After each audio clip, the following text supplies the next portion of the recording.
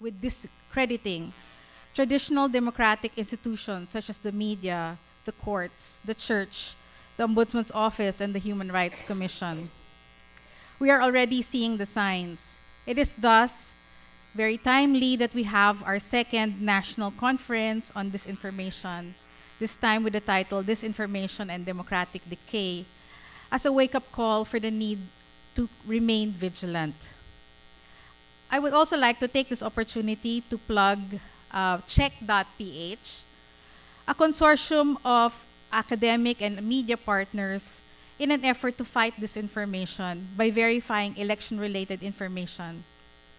We hope that you will like us on Facebook and also help us spread correct information. These 2 days promises to be very enlightening. We have very distinguished speakers and very fruitful and very interesting workshops as well.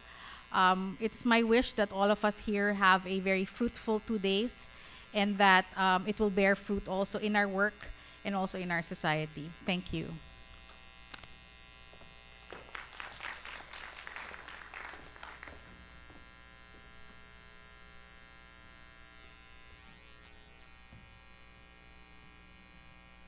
Good morning.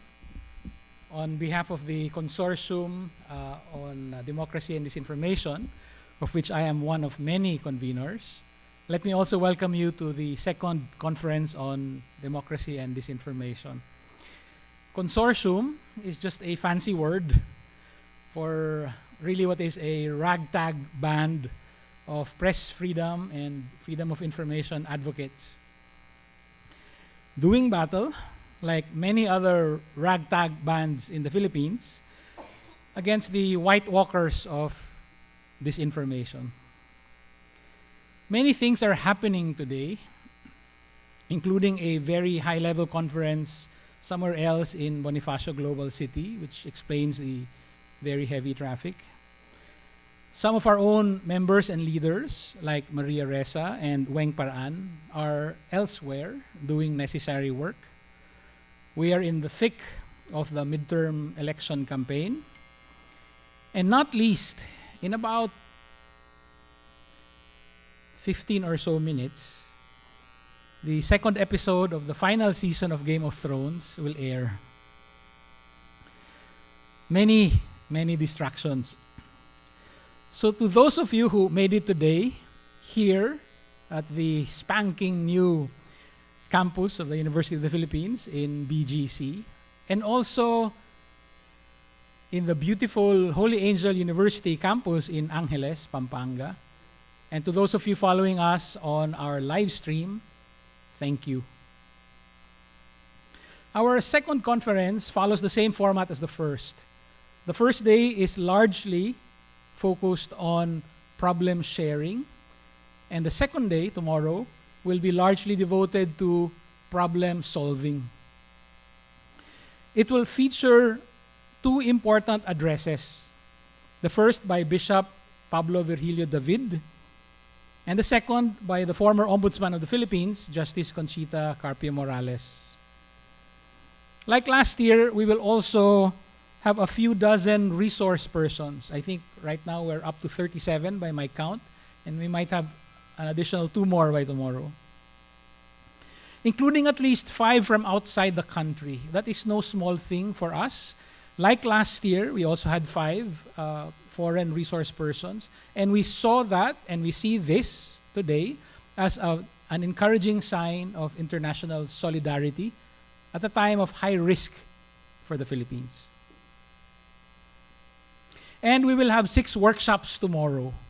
There will be an embarrassment of riches tomorrow afternoon, all focused on giving all of us a sense of immediate empowerment. We can do something against the white walkers of disinformation. But our second conference is also different from the first. To foster our regional partnerships, we have a parallel forum right now going on at Holy Angel University in Angeles. And as a security measure, because of the continuing serious risk to his life, our keynote will be held in Angeles. Bishop David will address us from Holy Angel University. We will also be distributing free copies of an issue briefer published by the Friedrich Naumann Foundation on digital disinformation, and the printed version of Verified, the Verifiles do-it-yourself guide to fact-checking. You can get copies of the issue briefer at the registration table, while you can get copies of Verified at the book launch, which will mark the end of our day today. I would also like to note that we are powered by the presence of our regional partners. There are at least 25 of you here today who come from other... Okay, this guy didn't get the memo. Hold on.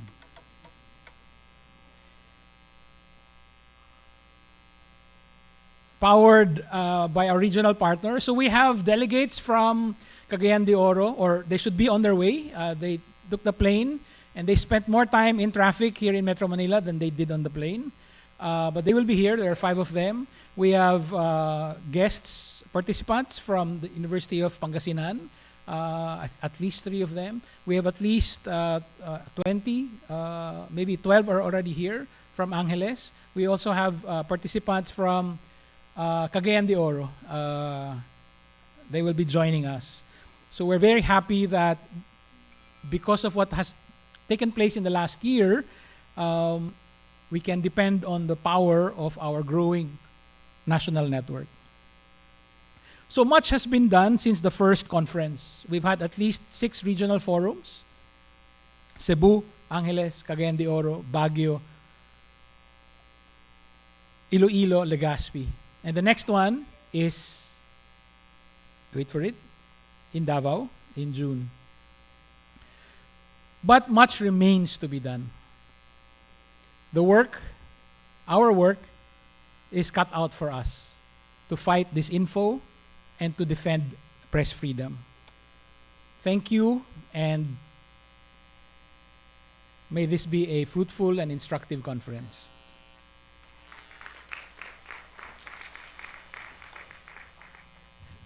Ladies and gentlemen, please welcome Ellen Tordesillas of Verifiles and Sherwin Deborah of Northern Dispatch.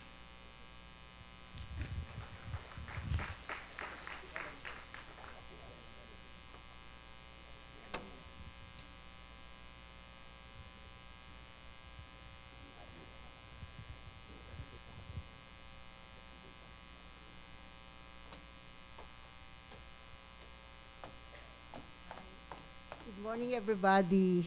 Yeah. I'm going to present 2 studies that done by Verifiles on disinformation. But first,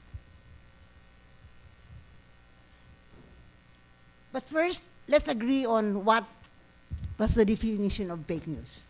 Diba? Kasi, so in Verifiles, we define fake news as falsified information discussed as news spread through one or several platforms, including social media, to deliberately deceive the audience and advance political, ideological, social, or economic interest. The operating word, very important operating words are deliberately deceive. Yeah. It's manufactured to it's not something that was innocently. These are we make mistakes sometimes, when we publish, but fake news is the word is deliberately deceived.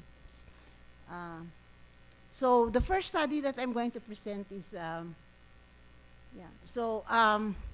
well, Verifiles, as you know, is one of the 3 Facebook fact checkers in the country. Aside from Verifiles, there's Rappler and Adsense Press. So what we did is one of our editors, Jake Soriano, analyzed 193 online posts over the period of April to October 2018. And the findings are, online disinformation is overwhelmingly political. 8 in 10 deceptive posts are about political issues. figures, while the motivation of the rest are either purely economic or unclear. Yeah. When I say economic, something like people coming out with posts like cure for, like you can um, you can have this drink for you get thin within a week, something like that, di ba? Ang dami-dami niyan sa sa Facebook, or cure for balding, something like that. So yan mga pang-economic interest yun. So next. Yeah, most of the pages spreading online disinformation bear the words Duterte, Marcos, or news in their names. So out of the 193, we have Duterte's 60 pages had the name Duterte, and then 13 pages had the name Marcos. Then next. And then at least 19 pages of the shared fake news purport to be legitimate sources of news. So these are some of the accounts that carry those fake news. And then next. Yeah. The target of the disinformation are usually the opposition figures. Number one, their favorite is Leni Robredo, then Risa Ontiveros, Trillanes, Liberal Party, the Aquino family, then there. Next. They almost always rely on deception strategies that are crude in execution, but are very effective in stirring up strong emotions that reinforce deep-rooted biases. Usually the grammar is bad, and usually it's in all caps, diba? Parang sumisigaw. Yeah, then next. These are some of the 60 pages that shared. See, the network is really wide. So these are some of the 60 pages that shared the disinformation having Duterte in their names. So, ang dami-dami nila. Then next. Yan. One of the accounts, Duterte Warriors, has been flagged repeatedly by Verifiles Factors as a top, which has been flagged by Verifiles as a top share of several misleading reports published by dubious sites. Is one of the accounts in the network of Nick Gabonada, which was recently taken down by Facebook for coordinated inauthentic behavior. Nick Gabonada, as you know, is was in charge of the Duterte social media campaign during the 2016 campaign. At least 13 pages that shared fake news bear Marcos in their names. Next to Duterte, Marcos. Then these are some of the accounts that we saw as spreading fake news. Next now. Next. Can we run the video?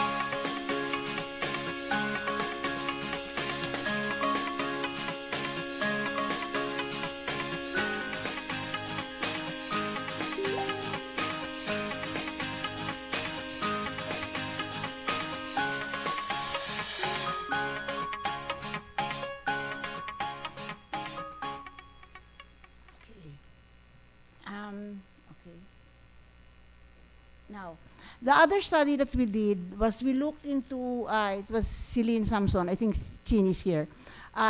Chin looked into the possible connections between ads and websites producing fake news through Adsense Code. So those who have blog sites, you will know what Adsense codes are.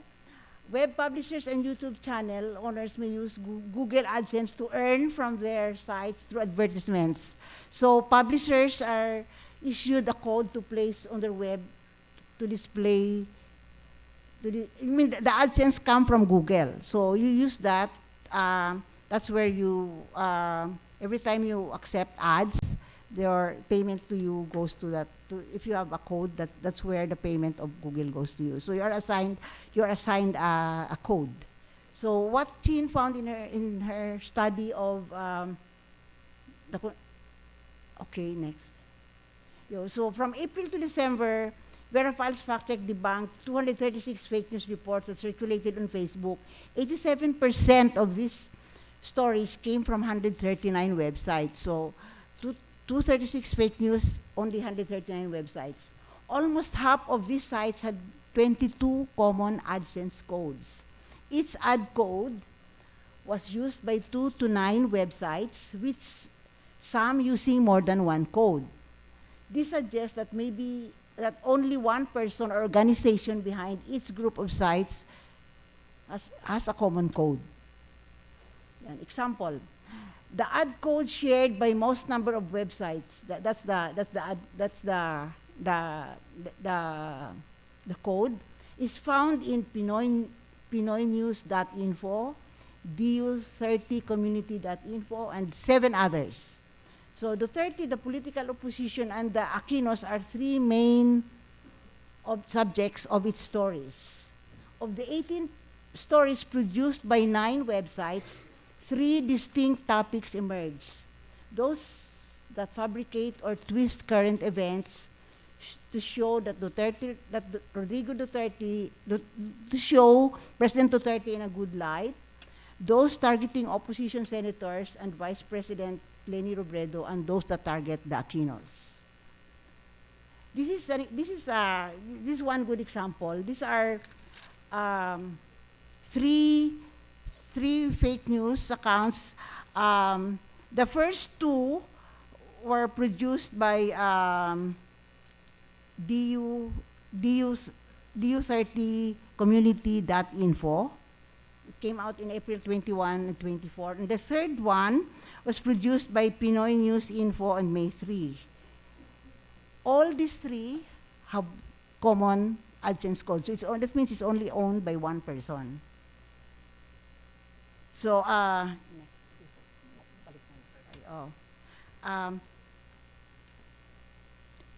in fact, there's one site, Loyal Group. It has 4,000 FB accounts, only one AdSense. So in dami-dami nila. So, and then next. Most of the sites they carry legitimate news. And these are some of the sources of materials. So I'd like to take note the fourth one, Nino Barzaga. So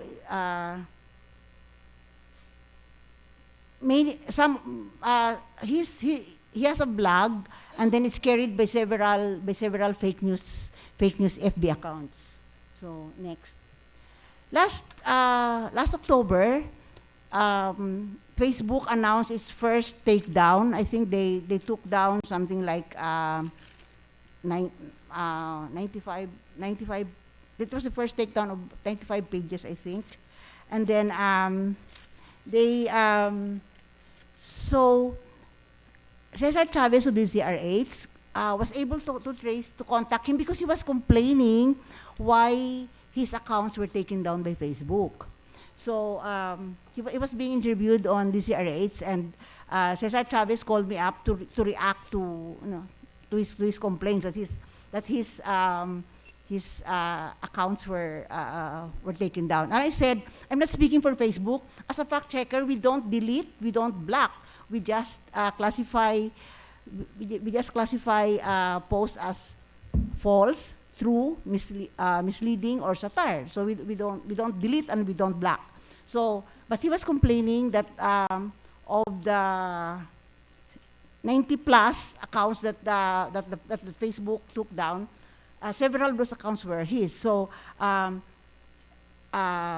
Cesar was reading. He said, "This Duterte DDS.po, is this yours?" And he said, "Yeah, that's mine." And then he said, "Duterte active blank blank blank." And then he said, "Yeah, that's mine." And then another one. And he said, and so Cesar said, "So you have 3 Facebook accounts?" And he said, and Dino said, "No, I have 22." He said. So then Cesar said, "You have 22 Facebook accounts?" He said, "What do you do? I mean, what's your profession?" He said, "No, I don't work." He said. So that's his career, Is he a troll? I don't know if that's the definition of a troll. So, kinarir niya na yun, yung mag-troll. So anyway, right after the radio interview, I got this message. So I don't know if that's his number or not, but I got that. So apparently it's really. So anyway, that's one of the occupational hazards of being a fact checker. But fact checking can be fun and fulfilling, and we will show that to you in later this afternoon when we launch the handbook on fact checking. It's fact checking is something that it can be meaningful, it can be fulfilling, and it can be fun. So that's all that that's all that I can share to you this morning.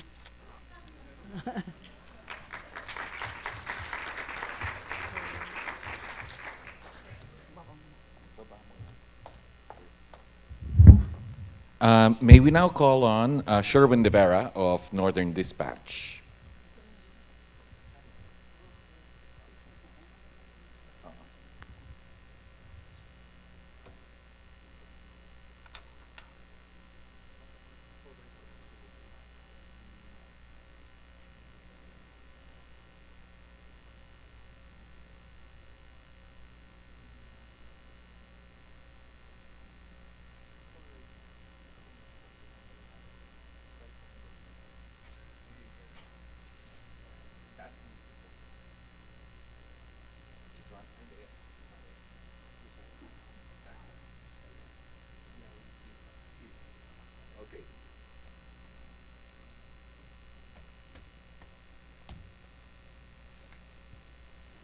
Good morning to everyone. Well, I won't start with the definition of the disinformation, no? The disinformation, because Ma'am Ellen has already said that a while ago. But I want to emphasize on the fact that the fight against disinformation is like my travel from Baguio to Manila during an Easter Sunday. It took me 12 hours to travel for a 6-hour trip. So, ganun kagrabe yung traffic, no? Kaya hindi totoong nare-resolve na ang traffic problem. I'm here actually to share particular experience of Northern Dispatch on the issue of red tagging. Red tagging, and some call it political vilification. Vera Files published 2 articles, I think February and October, discussing the issue of red tagging, calling it the most vicious form of disinformation. And October, it released an article on an explainer why is it very dangerous, a very dangerous issue at the moment.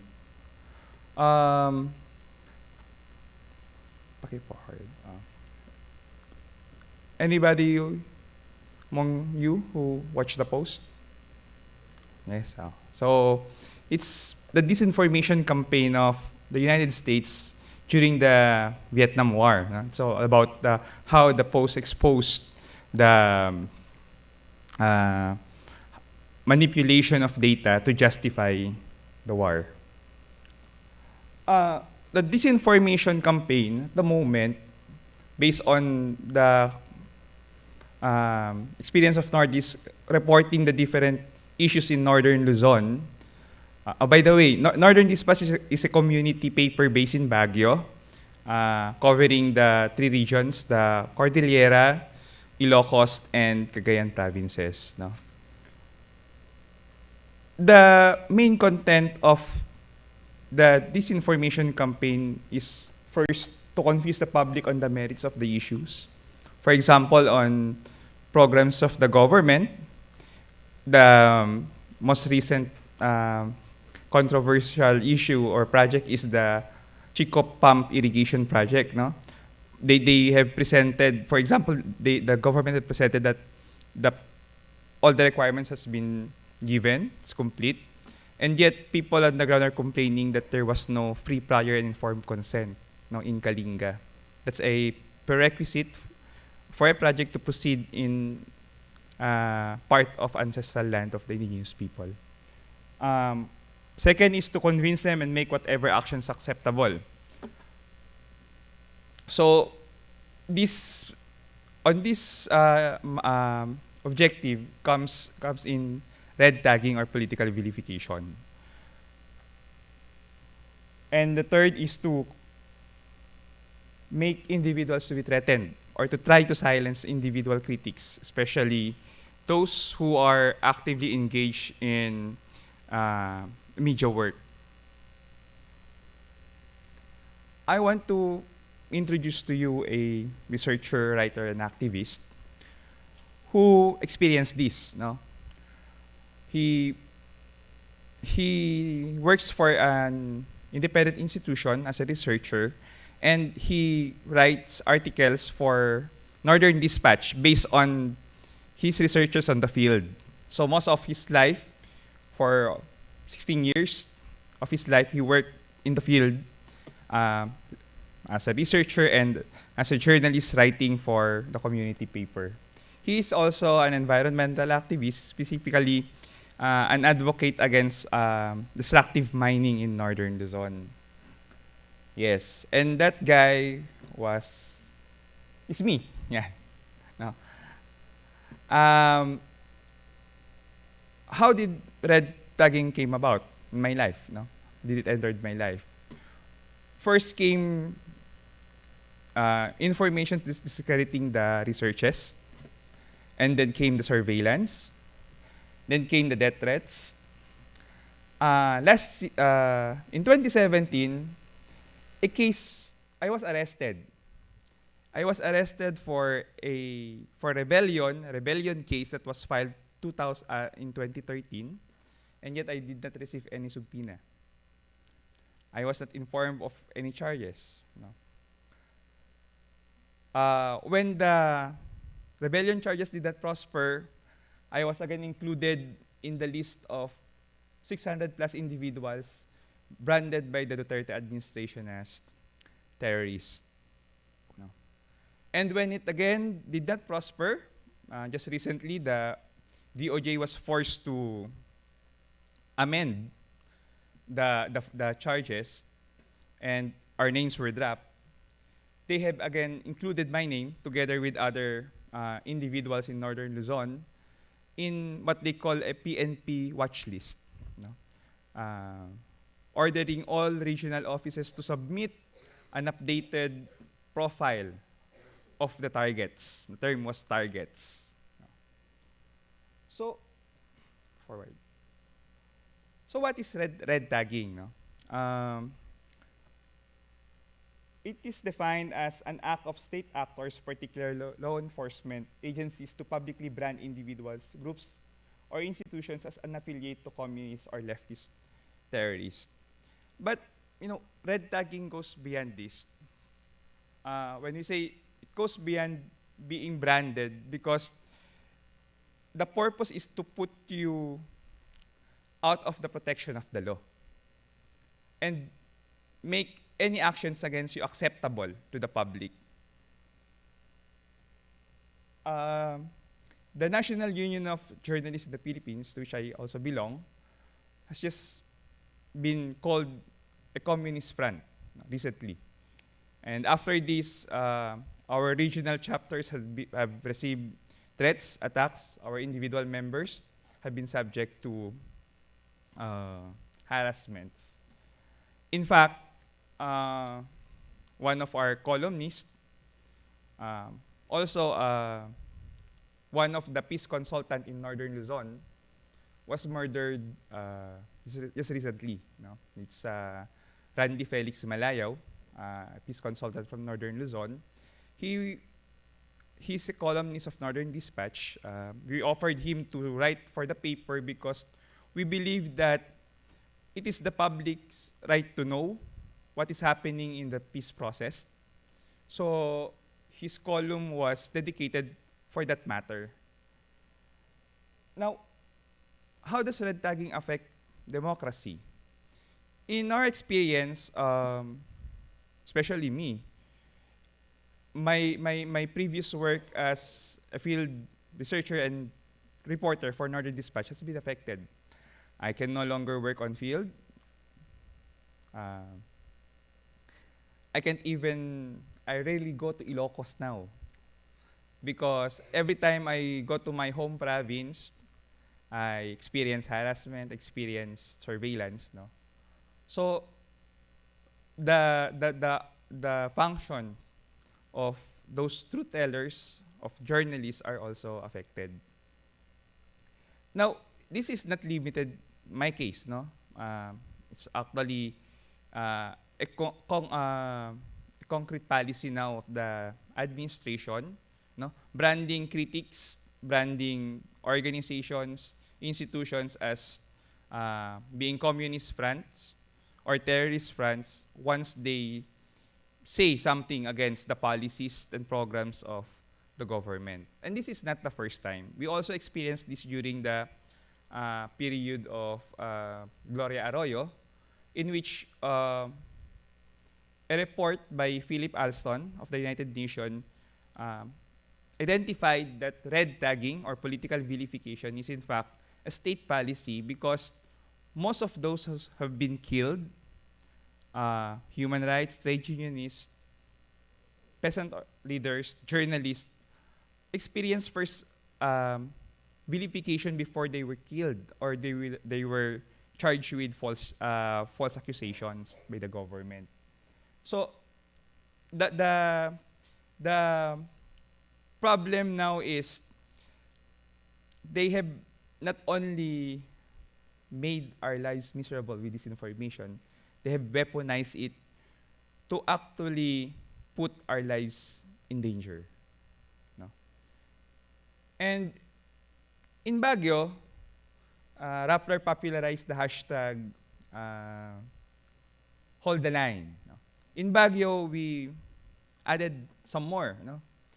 Because if we hold the line, we should also push back. No? And after we push back, we should also move forward. Good morning.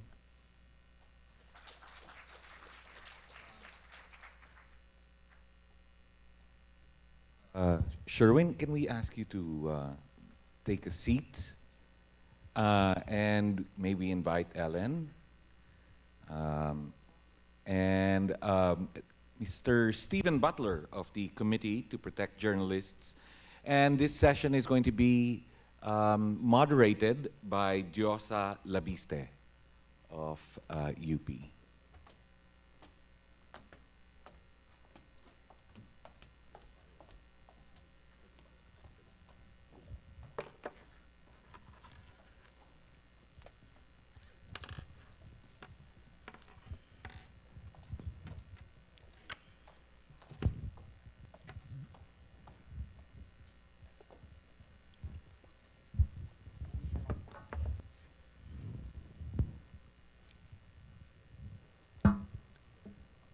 Good morning, everyone. Are you still okay?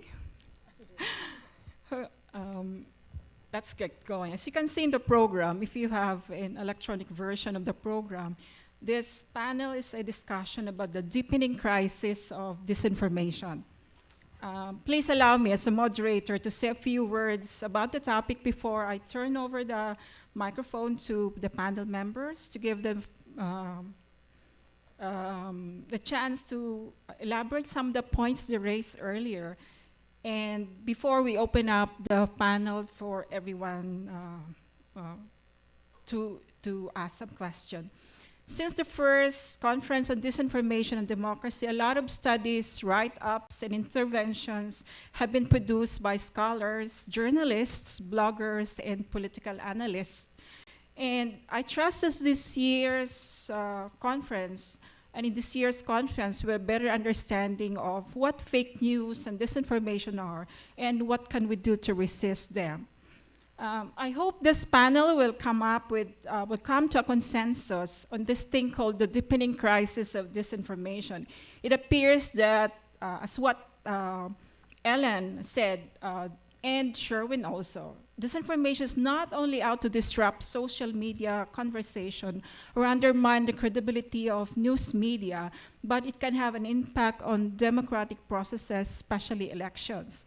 And still another disturbing development is that disinformation could threaten the safety and security of journalists, as what was shared by Sherwin, ranging from ridiculous legal charges to a ban on news coverage and also death threats and anti-communist hysteria. And Sherwin said red tagging. Altogether, I call this disturbing development a form of social dismembering, which is really a nice way of saying that this country is dangerously imploding. Well, we'll have Ellen in the panel, who heads the independent news organization Bear Files, and Sherwin, of course, is from Northern Dispatch, and the third speaker is Stephen Butler. He is the Asia Program Coordinator of the Committee to Protect Journalists. Last week, CPJ led a mission in the country, and it came to a conclusion that there is increasing level of intimidation and a shrinking space for free press in the country. So he'll tell us more about this when he speaks. So each speaker is given, how many minutes? 10 or so? And to present their thoughts. But I think we should give the floor first to Stephen Butler of CPJ. Thank you.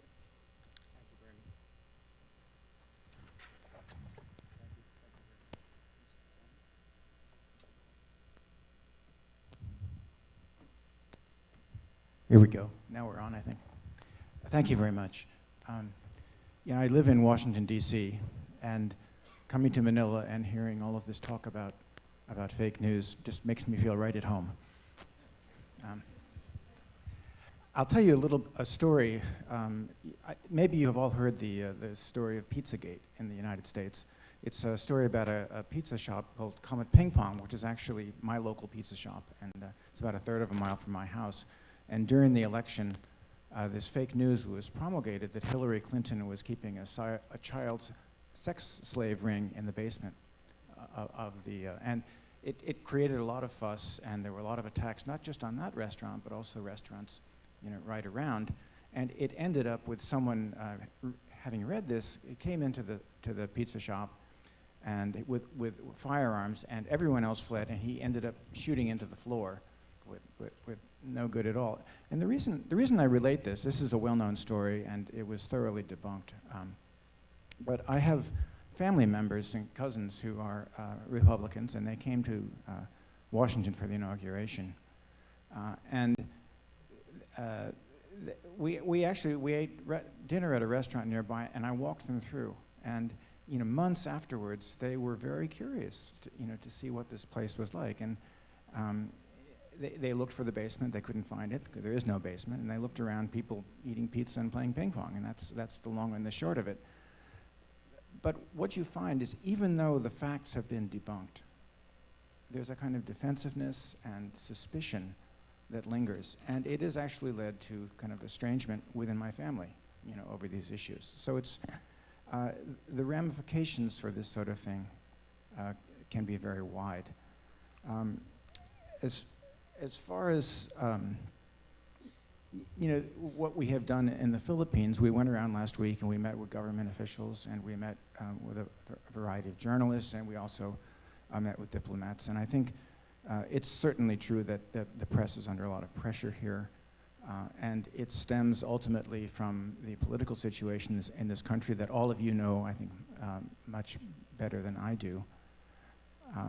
And I think there's also a sense of, if not futility, of fear that things could get worse before they get better, particularly as the elections are approaching, which is always a time that creates tremendous danger for journalists anywhere in the world.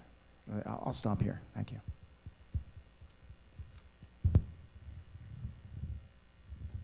Oh, thank you, Stephen. And the first question maybe is, do you think that disinformation has deep into a crisis level? And you think that the government or various sectors or the civil society groups have done a lot to eliminate it? I would like to probably give the floor to Ellen. What do you think? Yes, level. Yeah.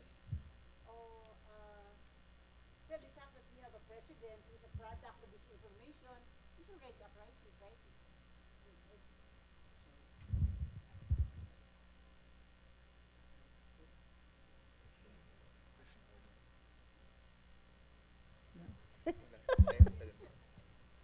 Okay, now.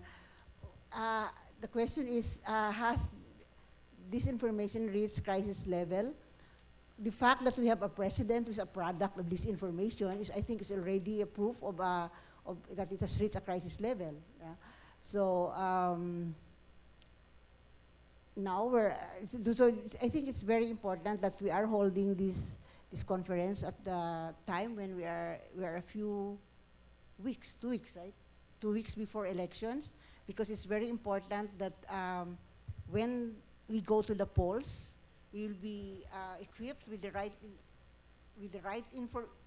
information and not disinformation. Because yeah, I think it has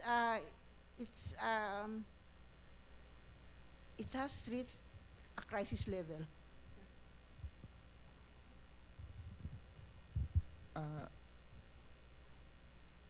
In our actual experience on the ground, we think that it indeed reached a crisis level because it has already affected some basic elements of democracy, such as free speech and even the right to organize. We have covered stories wherein people's organization were victims of the disinformation campaign, either by the local government unit, by the police, or by the military. And eventually, they were forced to stop their operation, to stop their campaign. In one particular example would be people's organization in Ilocos Sur who successfully opposed a dam project by the National Irrigation Administration just 2 years ago. Last year, most of their leaders were branded as NPA members and NPA supporters. Right after NIA was forced to retract the plan. So first came the accusations, them of being that. And then second was the enforcement of the military to put up a camp in that particular area. So the basic elements of when the basic elements of democracy is already affected by disinformation, then we can consider it a crisis. And the problem is the government, the institution that should be addressing this matter, is actually the one doing it. That makes it more worse and alarming. Yeah. Stephen, do you see a regional or digital or regional international trend in the increase of digital intimidation for example, even in Asia? Yes, I mean, each country is different in terms of the level and the degree of intimidation. But I think disinformation and intimidation by means of social media. I think the sad part of this is it actually works. The people who use this have been successful, and I think the people. I consider myself a victim, and I think many of you do too. I think we've been unprepared. It's not our fault, but I have tremendous admiration for what Ellen and her organization are doing. It's a bit like, we need to learn to wash our hands before we eat or to brush our teeth afterwards. It's that kind of habit that consumers of news need to develop in order to protect themselves in this world. Because what we find across Asia and some of the European countries is the governments are trying to legislate criminal penalties for fake news, even though they are often the source of what we consider to be fake news. And so this is very likely to be turning into a new form of censorship. The social media companies have only slowly been accepting the fact that they are not just transmitters of information, but they are publishers, and that they need to exert some responsibility. And I think we're really just at the early stage of finding the means, the tools to which, for combating, this fake information. Now, fake news is not new, as many people have pointed out. But what is new is the almost zero cost of disseminating this information, and that is what needs to be addressed. Okay, maybe for Sherwin and Ellen, when trolls attack your news organizations, did you experience do these attacks undermine your ability to produce news and also hold the government accountable? No, do these trolls undermine our ability to do our work as a fact checkers? No. But it's not something pleasant. I mean, it's not something that you welcome, right? But we're glad that in our website there are also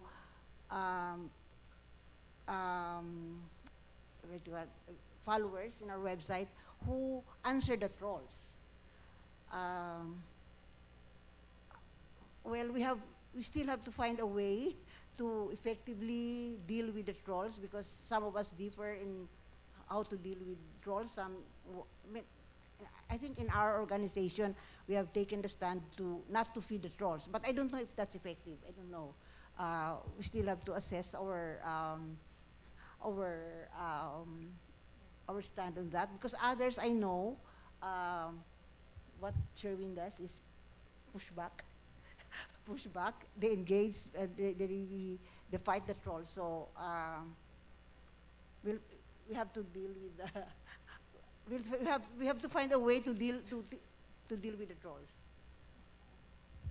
Sherwin, what about you? In the case of Nordis, we've never experienced any delays or problems in delivering our duty to the people while engaging we say selective engagement of the trolls. When we say trolls, we in Northeast we identify it. There are what we call trolls, but are real person, and the bots or the fake accounts. So if we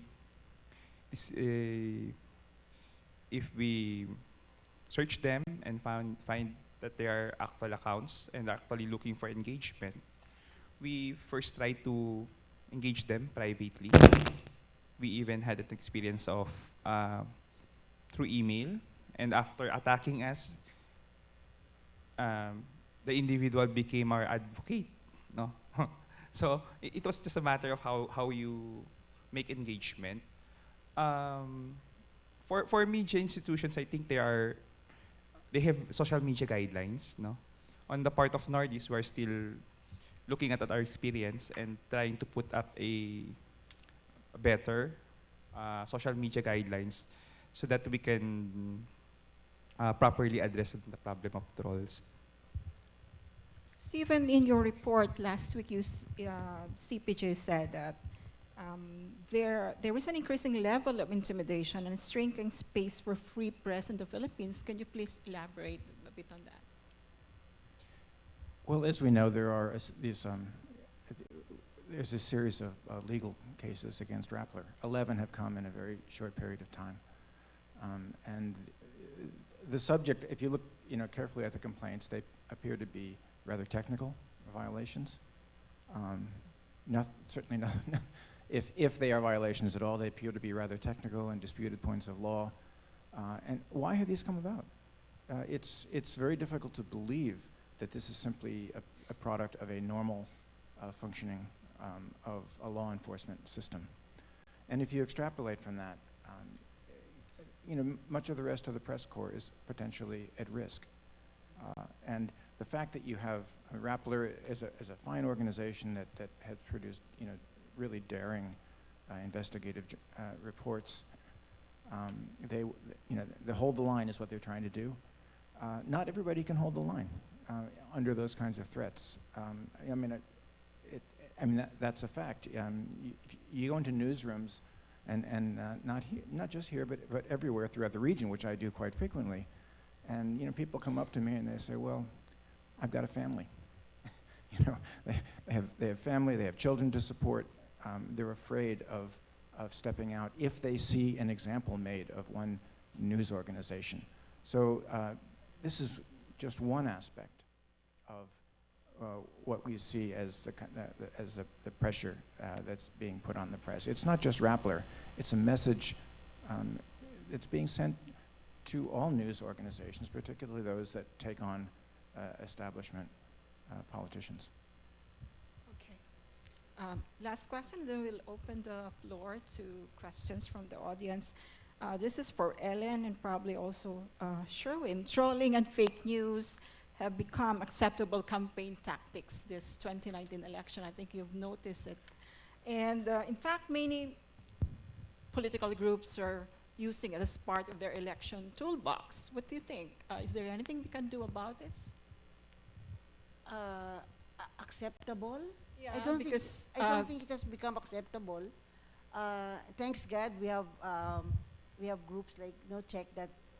Aside from the Facebook fact checkers, we have Check.ph, which composed of it's a bigger organization that does fact checking of candidates. So it has not become acceptable that candidates give us lies. And, yes. But they're using it. They're using it as part of their election campaign tactics. That's what we are here for, right? To fact check and because we have learned our lesson in 2016. But it's something that is very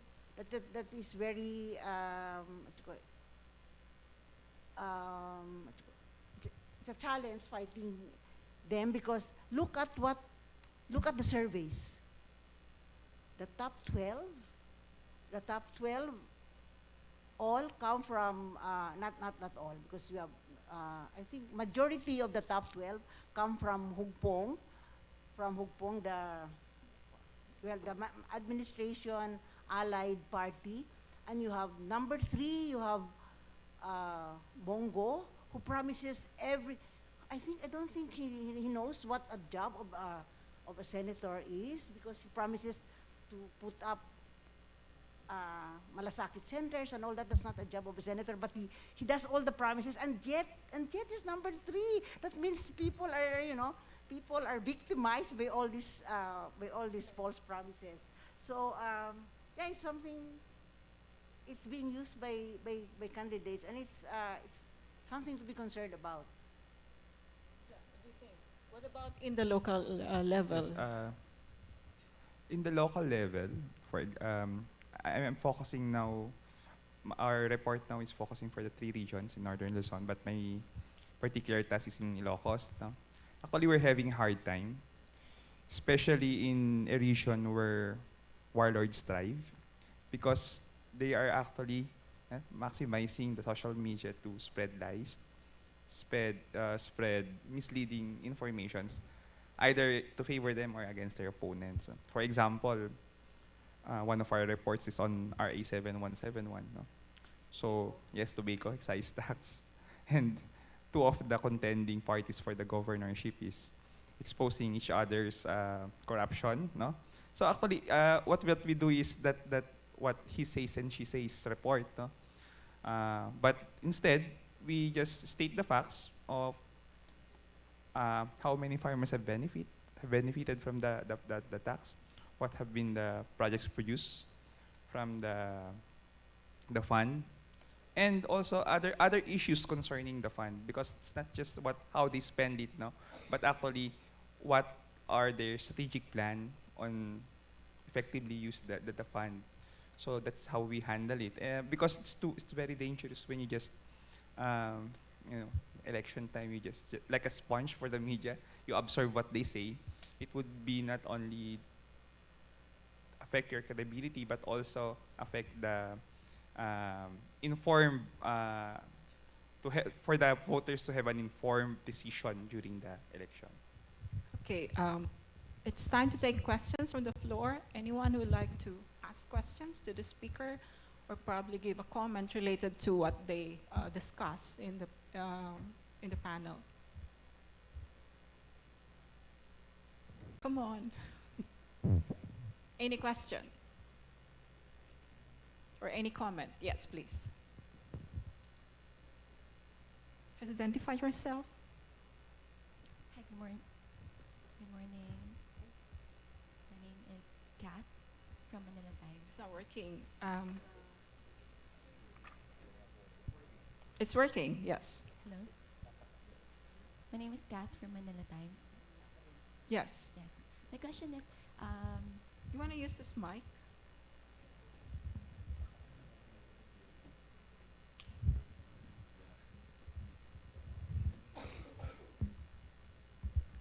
hi, good morning. My name is Kath Modesto from Manila Times. I would just like to ask the panelists, do you think, Sir Stephen earlier said that in other countries there's crime penalties for disinformation. Like I think in Germany, Holocaust denial is a federal crime. Do you think it's time for the Philippines to have that already, because we don't? Yes. Thank you.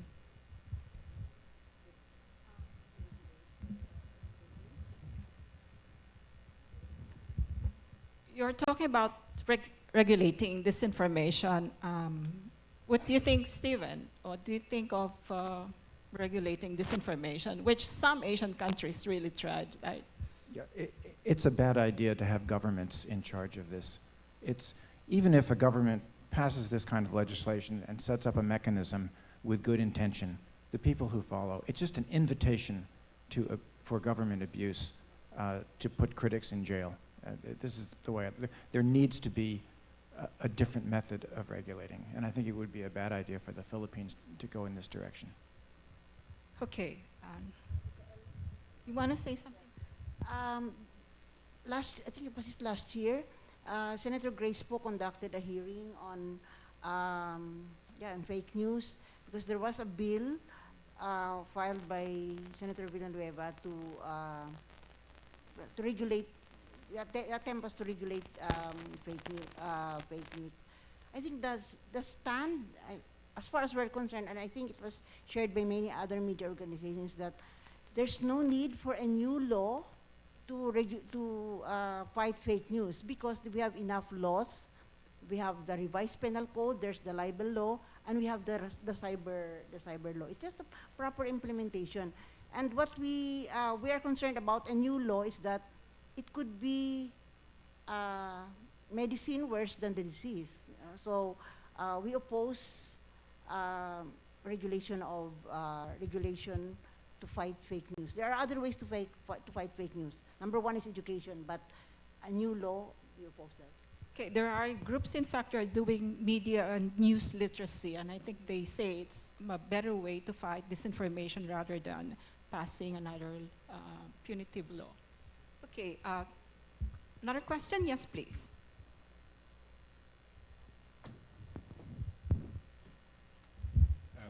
My name is James. I'm from Asia Center, which has offices in Bangkok and Malaysia. And we have just done a study on fake news legislations around the region. So I'm going to give a technical input here. So since 2017, all ASEAN member states have begun to convene select committee hearings, public hearings about introducing new legislations. There are two sets of legislation in the pipeline in the region. Countries that have elections are talking about fake news legislations. The three countries in our region that don't have elections in the way that we understand it, like Laos, Vietnam, and Brunei, they speak about cybersecurity laws. Two have published laws. Malaysia has a fake news bill. Singapore has introduced a deliberate online falsehood and manipulation, a bill for the first reading. The Malaysian law is still alive until it's finally disbanded once it goes back to the Senate, to Parliament after the Senate rejection. So I think there are legislation in place, and I think we should be mindful of the type of language they use in the legislation, because that's where we need to push back, right? Because I'm not advocating for legislation, I'm just giving a technical input. And the key issue here is that the definition of fake news in the laws are vague, and the state reserve its right to define what is fake. And I think that is the danger. Thank you. Okay, what do you think of that? The definition of fake news is ambiguous, right? And that's why leaving it up to the state or the government to define it is doubly dangerous, because they would use it for their own means, same time they would define propaganda as truth, right? How much time do we? I would just add one comment to Yes. that, and that is that journalists make mistakes. I've made my share of mistakes over the years. And what you don't want is a bill that potentially criminalizes the ordinary mistakes that journalists make. A professional journalist should correct afterwards, but you don't want to criminalize making mistakes. Yes, it's true, because it's prior restraint. Yes. One last question before we end the session. Anyone? Any comment? Yes, please.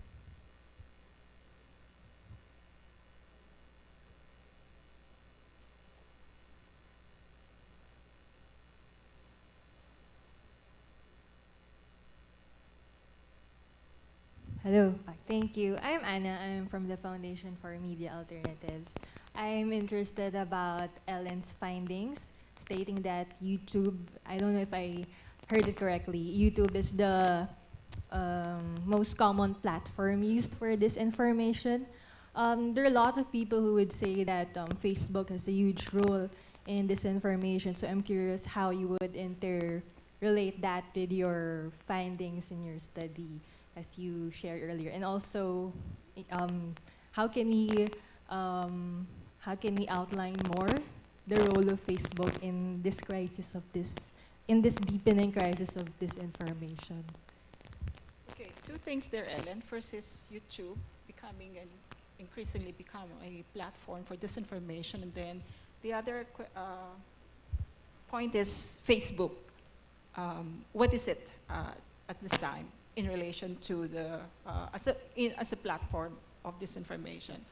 Yeah, I heard, I don't have the data, but I understand that there are more, that fake news is much more prevalent in YouTube, and maybe because of the because of the nature of YouTube, the video, it's much more appealing to viewers, and I don't know if YouTube is doing something about it.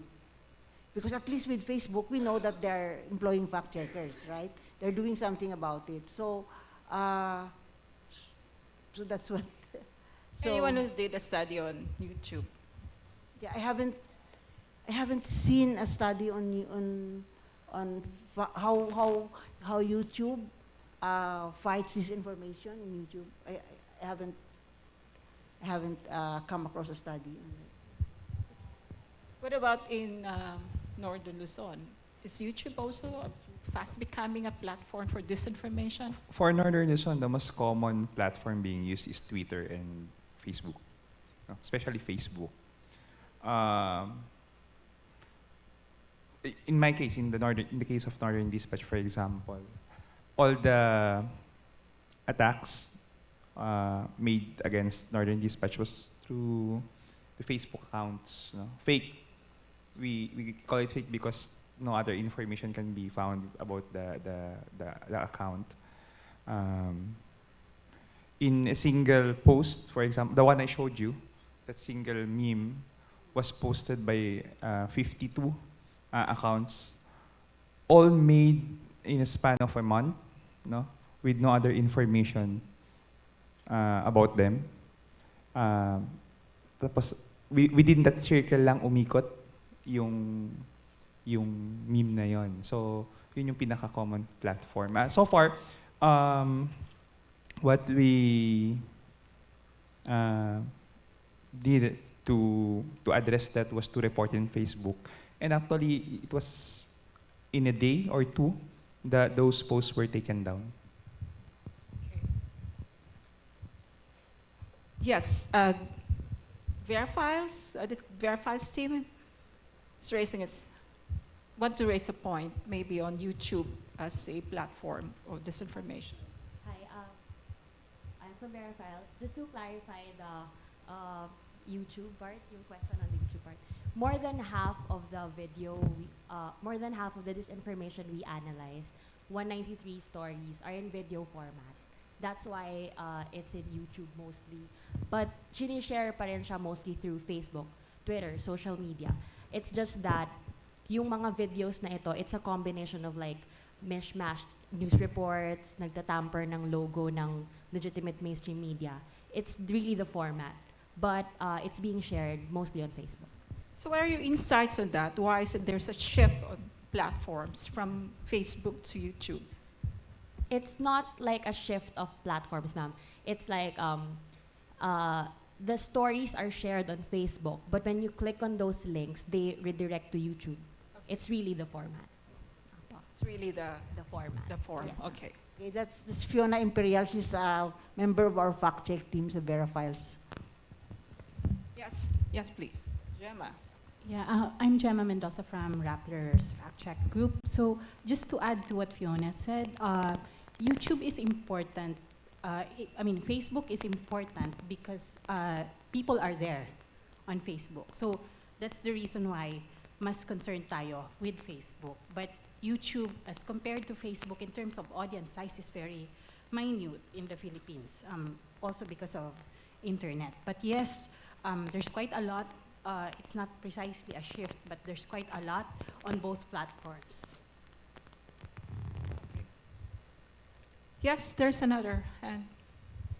Related to the issue, or is it a different comment?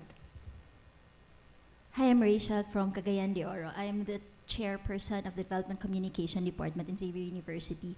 I'm really interested on the red tagging, but it's still related to the issue because what's more dangerous, in Facebook, you're able to defend yourself actually.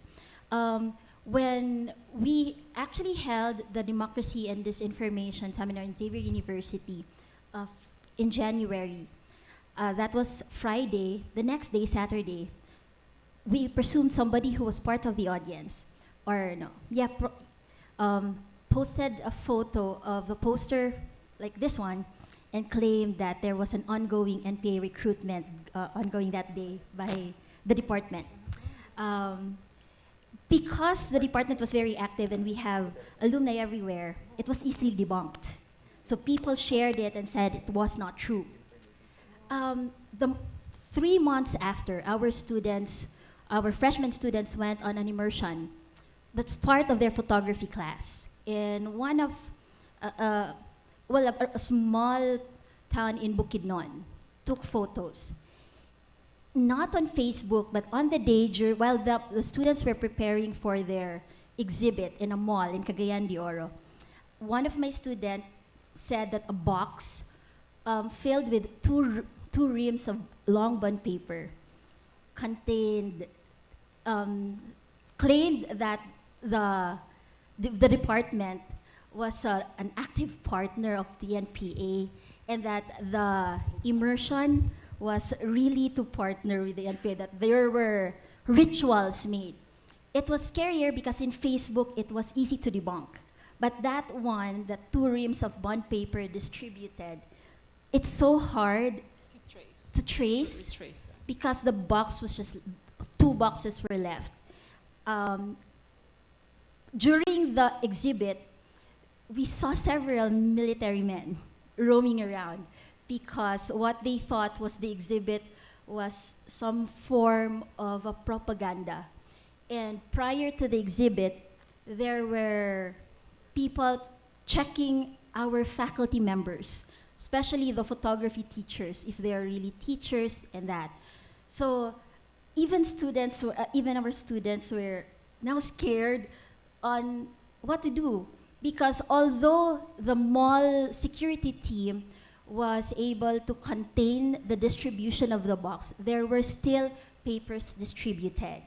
And unlike on Facebook, where you have friends or people who knew what happened can easily debunk it, when you distribute flyers, it's so hard to debunk it. So it's really more on how do you deal with that one. And probably just a little context. I don't know if I can use the word scarier, but it's more dangerous there because we have martial law. In Mindanao. Yes, in Mindanao. Ira was saying that the time's up. Yes, is it related to the point raised? Yes, please. And then probably we just wrap up after the comment.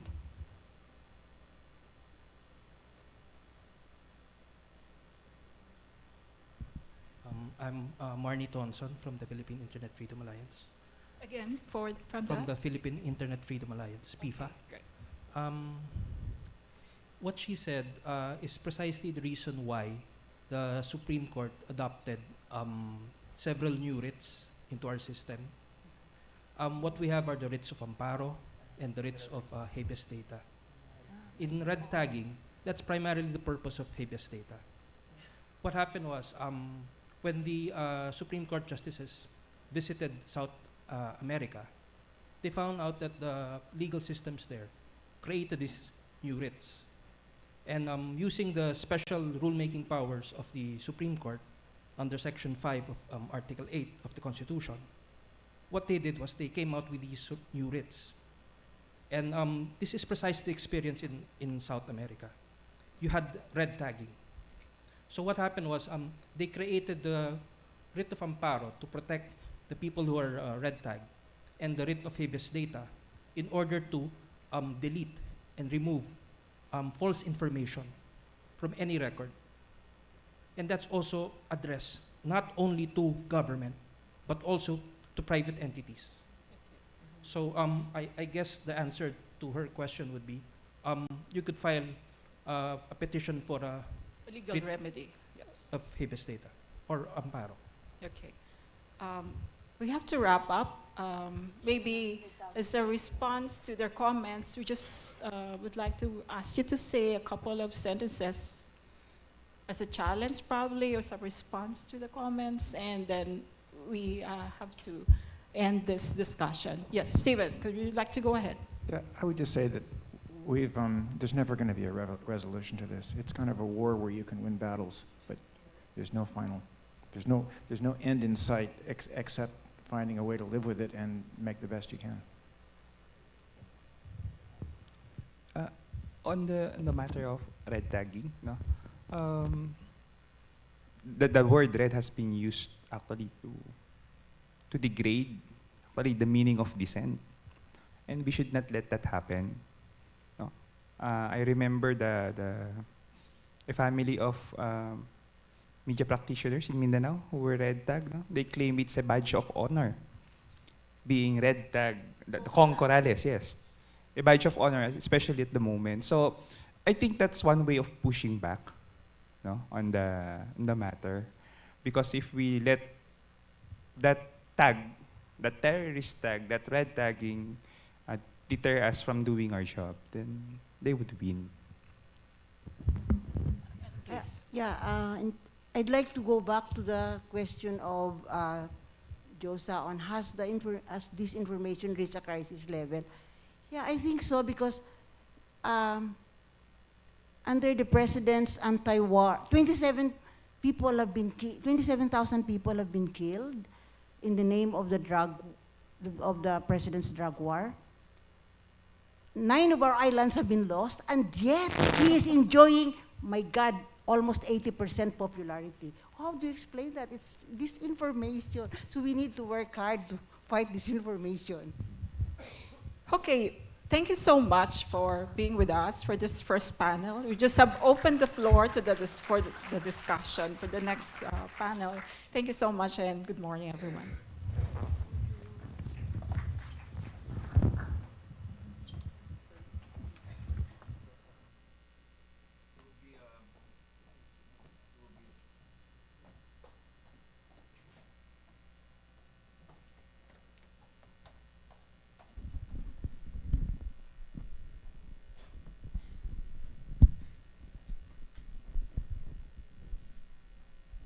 Ladies and gentlemen, there will be a short break. Refreshments will be served at the lower ground floor. Please be back here by 11 o'clock. Thank you very much. What time is it?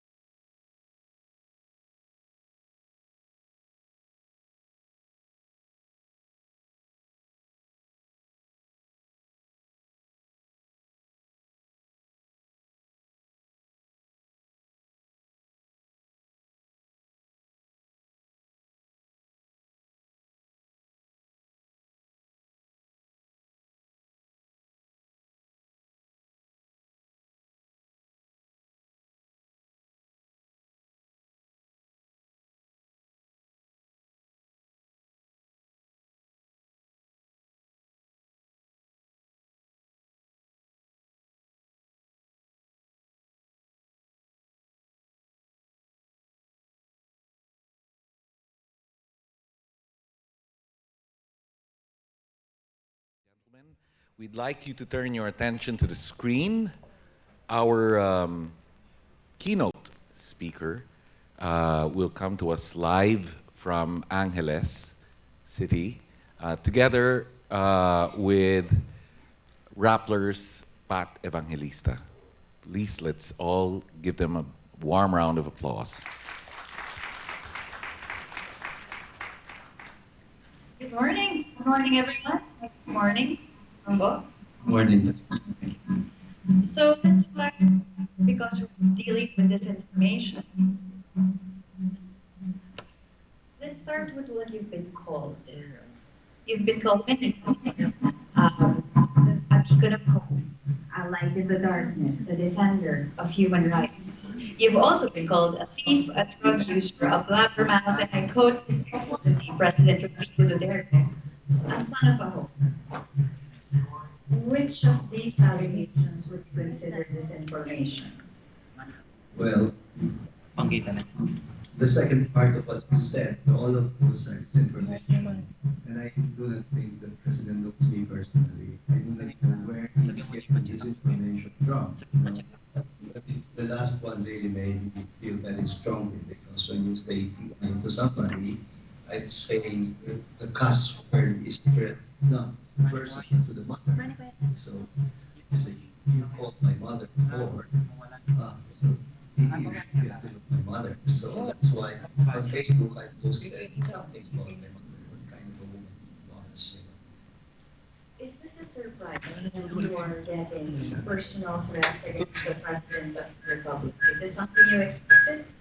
Well, I sort of expected it too, because I made a stand very early in my ministry as a bishop of Caloocan against extrajudicial killings.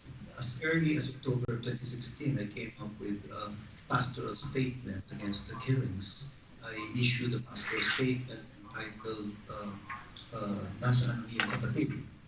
And that was also when I launched a program of community-based drug rehabilitation for people with substance use disorder. I made a very strong stand against the narrative or the statement that addicts are not human. I said very bluntly, no sir, I'm sorry, no civilized society will agree to you there, because addicts are people with a disorder, they're suffering from a disorder. If you really are sincere about fighting the war against illegal drugs, you would say the victims, and the victims are the users. We made that stand, and I see this as a sort of consequence of a moral and pastoral stand that we did made as pastors of the Diocese of Caloocan. You've also been receiving death threats, and as you said earlier, there are consequences to taking a stand. Are you taking these threats seriously? Are you afraid of those? Well, of course, I'm a human being. I also feel fear, on the other hand, I'm a priest, and if this is part of the hazard of being a priest, so I used to make a joke of this. I used to wonder why bishops were asked to sign their names with the cross before the wedding. And usually it has to do with dead people, I remember many years ago, the nuncio, made a joke about it. And that is what it means. It's like when you accept to be a bishop, it means you're good as dead. I mean, you die to yourself so that Christ can live through you. So, in a way, I'd say I don't know. I don't feel really threatened by death. It's like we're quite used to it. We're used to it. I mean, we have martyrs in the church, like from the very inception of the church. The Baptist, Jesus himself, the apostles, I mean, if I could do something like this, Jesus would probably stay open to the top. It's a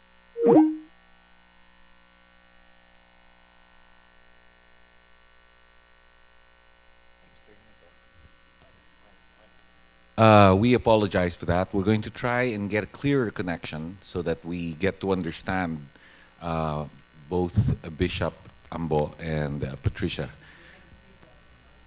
Yes, as a matter of fact,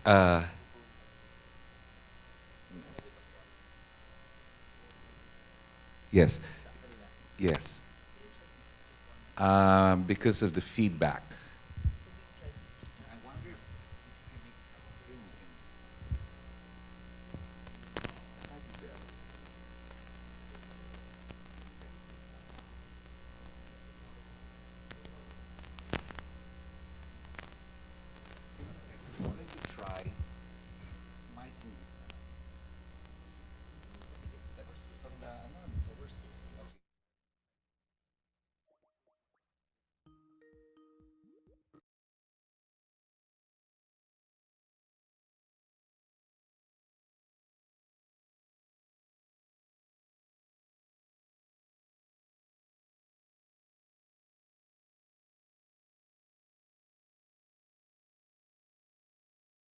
Afraid as a human being, you also said that you're going to continue with your ministry.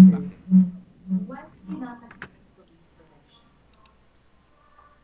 Well, when the chief of police of Caloocan communicated with me by email, I asked him frankly um, who his superiors were because he said I have received orders from the higher authorities to protect you or to secure you. And I said, would you kindly at least identify for me who these higher authorities are that you are referring to, or who the superior is that you are talking about? And I said, because as far as I know, the first person who communicated a serious threat against my life was your superior, the president, I said. And when that grave threat was posed against me, I did not receive an offer of protection. So I hope you don't mind that I refuse the very kindness. I think I just rely on the Lord as my shepherd. What is the implication of that refusal, Bishop? Is it that you don't trust the gentlemen of Caloocan or the police themselves? Well, I have seen far too many instances. I have encountered far too many instances where it's the police themselves, routinely violating basic civil liberties. And yeah, if the president himself said, I know you roam around at night, if I catch you with a gram of shabu, I will cut your head off. That, I got stunned when I heard that first time, because I have heard of many instances when the people were routinely arrested for possessing a gram of shabu, and they said, didn't know that there was such a thing, it's like planted evidences are typical occurrence, in this war. And so I said, I think I'll be better off without protection from the police. I said, after all, we have our security guards anyway. You talked about turning the other cheek to the many insults that have been lobbed at you as a bishop and as an advocate against human rights violations. But you also called the president a very sick man. What did you mean by that? Is it sickness in body, in mind, or in spirit? Well, I meant it positively, because in the church we say when people are not themselves, they're capable of saying things that might be hurting, and so we say, try not to take it against them. Maybe, what the Lord said even while he was hanging on the cross, Father, forgive them, for they know not what they are doing. So I adopted that attitude, like you can only be hurt if you allow yourself to be hurt. So I do not feel really unhuman. I've been called a thief, I've been called someone into drugs, and I know it's not true. But of course, I have to emphasize that there's no truth in it. That's why I keep posting that on my Facebook account. I replied, I said, no, sir, I am not into drugs, whether legal or illegal. I only help drug addicts get rehabilitated because I do not believe that they are human. So I think it's, for reasons like these that I'm facing these circumstances now. You also say that you are in pursuit of truth, and this drug war is framed as a righteous assault to destroy anyone who is allegedly destroying the country themselves. But you yourself told the Catholic News Service that by your judgment, this war on drugs is illegal and immoral. Does it follow then that the president who advocates for it and defends it is criminal and immoral himself? Well, my stand about the issues of legality and morality are very specific, you know. And I call attention to the way they arrest people. Um, you don't call it an invitation if you barge into the homes of people and you arrest people without warrants. In the interest of truth, we have to establish if there is veracity to the claim that you know, there were evidences found because there are many allegations of planted evidences. And of course, the police reports, many of them are claimed to be false testimonies by families and witnesses. So how do we handle a thing like this? That's illegal. It's not legal to make a false testimony. It's not legal to make an arrest without warrant. It's not legal, to plant evidences. And these things I hear routinely.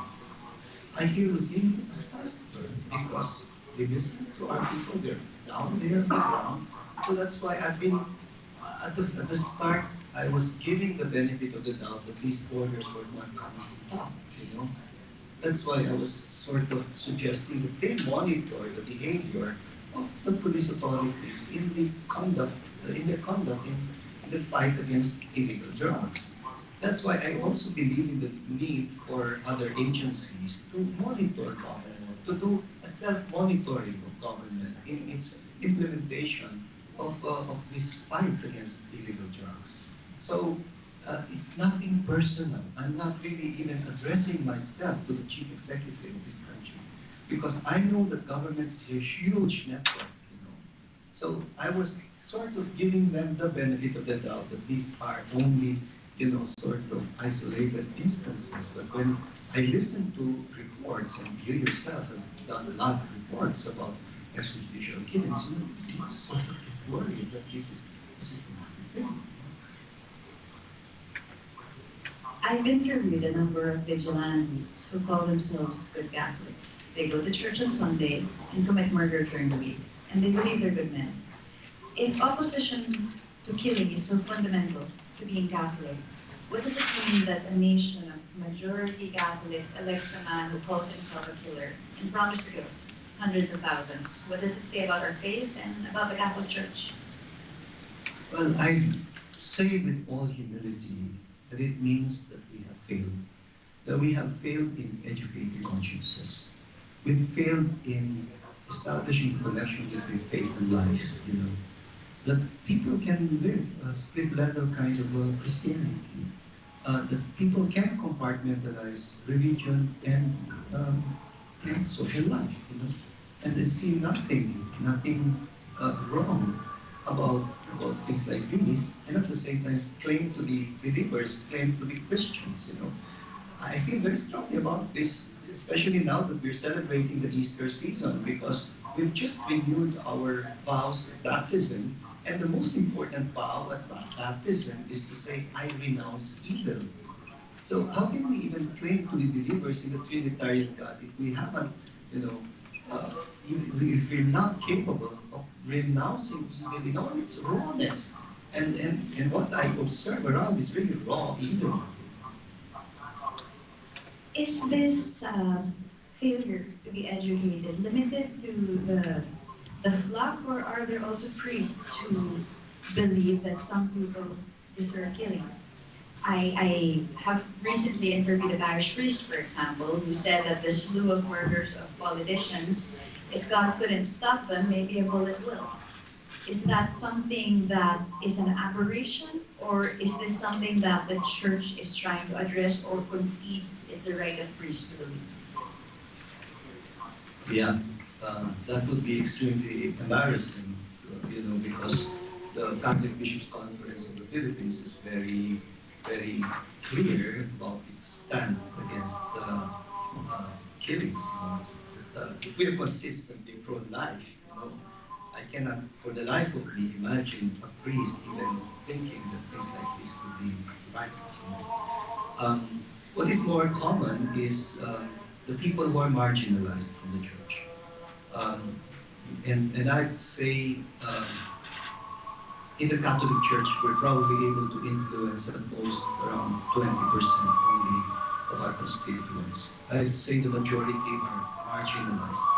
Marginalized not just from society, but marginalized from the church itself.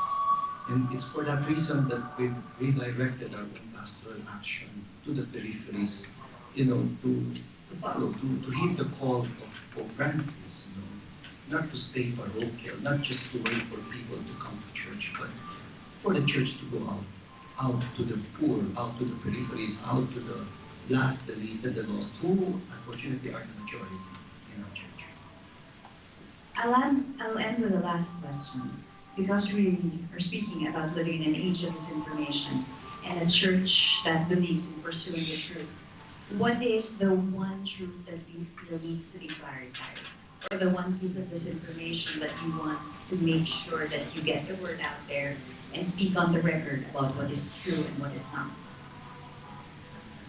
Well, when I read news, I always ask myself, is this the truth or is this propaganda? And it matters a lot that we know. We are a democracy, and I think the freedom of the media to pursue the truth, I think, is one important value.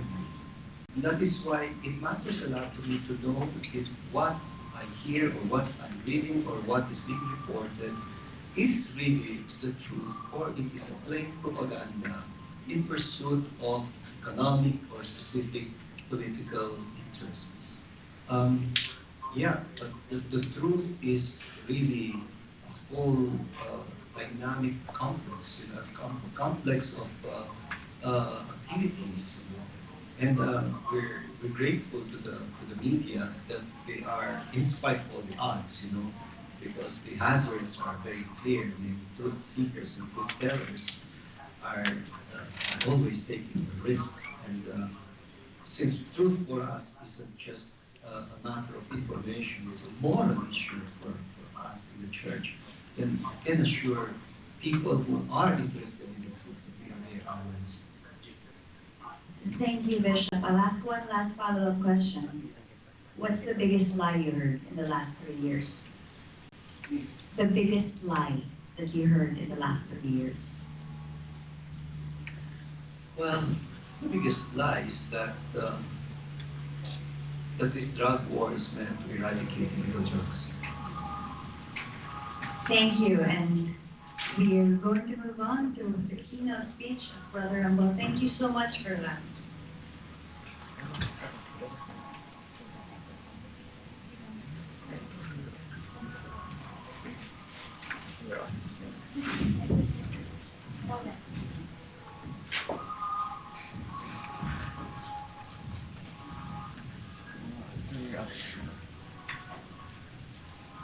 The topic that has been assigned to me is Truth in the Age of Disinformation. I'd like to begin by telling you about a film that you probably have seen yourselves.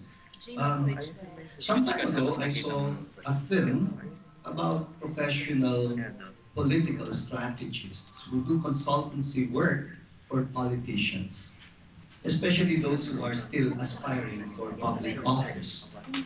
Their work consists basically in packaging their candidates, campaign in such a way that the public opinion, which they gauge through surveys, is influenced, of course, in favor of their candidates. I will never forget that opening scene, which is an interview with the character Jane Bondin, played by Sandra Bullock, being considered for a job. The first question was this: did you ever work for politicians you did not believe in? And her answer was, sure, I could convince myself many things if the price is right. And then the second question was, how important is honesty? And her answer floored me. She said, oh, truth is relative in politics. Truth is relative in politics. And she followed it up and she said, the truth is what I tell the electorate the truth is. Wow. You know, in that film, both the administration and the opposition candidates hire American political strategists for the same purpose. On the one hand, there is Jane Bondin, the character played by Sandra Bullock, who works as a consultant for the Bolivian presidential candidate. Of course, this is fictionalized. The name there is Pedro Castillo. And on the other hand, there's Pat Candy, who works for a very popular opposition candidate whose name is Rivera, and who is topping the surveys. Sorry, the setting is actually before the digital technological revolution. They are still dependent on print and broadcast media for information dissemination. And each camp is spending a huge amount of money. This is familiar to us. Paying a whole staff of campaign assistants and consultants, and most of them behaving already like our modern trolls in the age of social media. Modern trolls whose task is to engage in smear campaign against the contenders in order to sway the public opinion against them and to achieve for their candidates high ratings in the surveys. Their primary objective is obviously to get their candidate to win by hook or by crook. Truth and morals are the least of their concerns. The majority of the public that they are trying to influence are just numbers.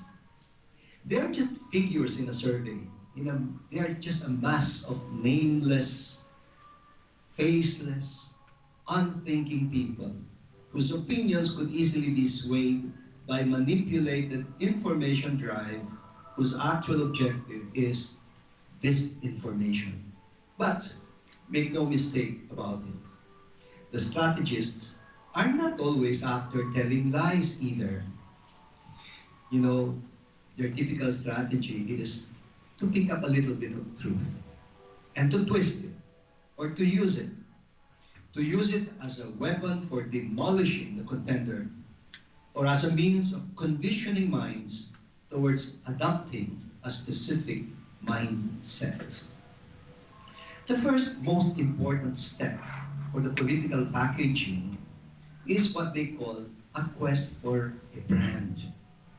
The branding is most essential for them, as is done by consumer products in grocery stores and supermarkets. I didn't know that politicians were also packaged. In the film, Jane Bondin is able to persuade her candidate, Pedro Castillo, to shed off the typical clean, decent, and straight corporate image which most of the other candidates anyway were trying to project during their campaign. It's very clever. Remember, she's not a political strategist for nothing. She does this by really packaging Castillo.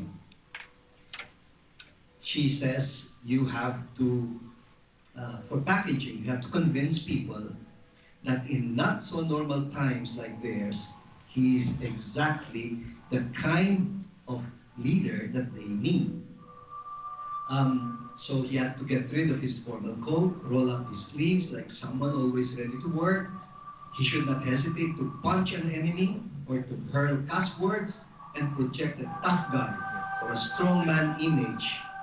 And like I said already, convince people that these are not so normal times. They are a time of crisis. That in a time of crisis, he is exactly the kind of leader that they need. Well, this explains now why the film is entitled Our Brand is Crisis. The basic narrative is that all the other typically decent candidates were nothing but a bunch of hypocritical elitists. Our brand is crisis. Wow. You know, honestly, while I was watching this movie, I couldn't help but see a lot of eerie parallelisms with our existing state of affairs in the Philippine politics today. The most obvious one was the candidate whom Jane Bondin was hired to work for. How he rose from obscurity to extreme popularity because of the way he had been branded, and branded quite successfully. I recall how similar lines had been routinely peddled during the whole election campaign period in 2016 here in the Philippines. The only difference probably is that much of it was done in the social media. In the film, it's still basically print and broadcast media. But in the 2016 election, much of it was done in the social media, which is the cheapest and most efficient way of reaching the majority of the electorate. You know, I imagine the same Jane Bondin briefing her candidate and saying, our brand is crisis. Crisis caused by drugs, criminality, and corruption. There is no need for real statistics. The important thing is to bloat the figures about drug use, exaggerate them, and say addressing this problem is a matter of life and death. Our solution is a strong man, one who talks tough, one who would not hesitate to make shortcuts, one who would not allow himself to be hindered by legalities and human rights concerns in the fight against illegal drugs and the task of getting rid of criminality and corruption. You know, since the millennials hardly have any memory of the dictator anymore, now is the perfect occasion to revise history and present the former dictator as the best. Present the former dictator as the best leader our country ever had, as a leader whom the pro-American oligarchs succeeded in vilifying and ousting, to present him exactly as the kind of leader that we need again now in this time of crisis. Does it sound familiar to you? Disinformation has become a full-time job in the age of social media. As Jane Bondin said, truth is relative. When you say truth, whose truth? What is the criterion for the truth? In the psychology of the social media, the criteria for truth are indeed changing. Among the principles are the following. There are, after all, some criteria. Here are the typical criteria. If it is trending, it must be true. If he's leading the surveys, then maybe he's the guy to vote for, who loves a loser anyway. I'd rather trust somebody who flaunts his immorality than those hypocrites who have skeletons in their closets. If most of the comments about him are negative, he probably really deserves them. These are, unfortunately, the common criteria for truth in the social media. That is why we need to talk about the truth. And I hope you allow me, just for a while, to engage you in a full philosophical discussion about the meaning of truth, the quest for truth. According to Aristotle, Truth is to say of what is that is, and what is not that is not. You never say, you never say what is not. You don't say what is not is. It's always what is that is, and what is not that is not. It's a basic conformity of knowing with reality out there. But, you know, later modern philosophers like Bernard Lonergan, for example, would react to this understanding. Lonergan would say, truth involves more than just conformity. It demands fidelity. And take note of his definition of the truth. He says, truth is the cognitive fidelity of knowing to being. And please take note of the word fidelity. Fidelity or faithfulness presupposes a relationship. This was the same direction that was taken by yet another philosopher at a later stage in his philosophical career. His name is Ludwig Wittgenstein. But there is a difference between the thinking of this man in his earlier years than his thinking in his later career.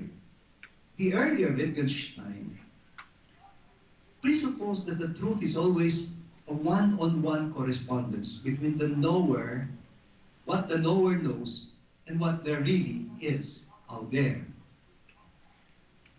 In his earlier writings, like the Tractatus Logico-Philosophicus, he said, whereof one knows not, thereof one speaks not. In plain language, we have no right to speak about what we do not know, as simple as that. That is why, for him, the earlier Wittgenstein, God talk is nonsense. This is the basic premise of the earlier Wittgensteinian agnosticism. You don't know anything about it, don't talk about it. Well, this would change. In his later writings, the same Wittgenstein, the later Wittgenstein, in his philosophical investigations, would admit the complexity of truth-seeking. He abandoned his own theory, even if other thinkers continued to hold on to it. He began to speak instead about the complexity of truth-seeking, as evidenced by the kind of language game that it requires. For example, let me simplify it for you. A dog is a dog, not a snake. A man is a man, not a dog. That's obvious. Is that true? Yes. You cannot say a dog is a snake. That cannot be true. But sometimes we say things like, that man is a lapdog, or that man is a snake. And you nod and you say, it's true. It's true not in a literal sort of way, but in an analogous sort of way, metaphorically speaking. Well, this is what the later Wittgenstein would now call the language game. He calls the use of metaphors a different language game, as evidenced by the language used by theology and other similar disciplines. Remember how Galileo defended himself when he was tried by the authorities for allegedly questioning biblical truth in his scientific theories, and thus accused of committing heresy. But Galileo defended himself. He stood his ground and he said, excuse me, I am a scientist, not a theologian. I am talking about how the heavens go and not how to go to heaven. Those are two different disciplines altogether. And it goes the same way with evolution on the one hand and creation on the other hand. There are two distinct statements about the world. One is scientific, the other one is theological. They do not necessarily contradict each other. They are just two distinct ways of using language to describe the truth. So, on recognizing the complexity of the human language game, which Wittgenstein says is incurably metaphorical, he shifts now. from whereof one knows not, thereof one speaks not. Later on, he would say, whereof one knows not, thereof one rambles and stammers, making an effort to make sense in expressing the truth through language. You make a statement and allow it to be challenged by other seekers of truth in a mature process of dialogue. A mature process of dialogue. We never seek the truth alone. And let me emphasize that. We always do it as part of a community of truth seekers. Nobody has a monopoly of the truth. It is important for the truth seekers to enter into a community of other truth seekers. I'm going to say something about this, community of truth seekers later on, in relation to our situation in the country. The later Wittgenstein would recognize that truth demands a commitment. So this is parallel to Lonergan's cognitive fidelity. The truth demands a commitment. And that commitment is not just to what there is, but also to what there ought to be or what there should be. The latter refers to the two other characteristics of being. In philosophy, they say the attributes of being are three. Number one, truth. Number two, goodness. And number three, beauty. The true, the good, and beautiful. I remember there was a first lady who used to call herself the epitome of the true, the good, and beautiful. Wow, what a blasphemy, Anyway, let's continue. Not only is human intelligence able to grasp what is, but also what should be. That which could be yet from what presently is now. You see, human imagination is able to develop an insight, not just into things in their actuality, but also in their potentialities. And what brings this about is the active interaction between the knower, the knowers, and the objects that are known. And that is why truth, as an attribute of being, cannot be separated from the other attributes of goodness and beauty.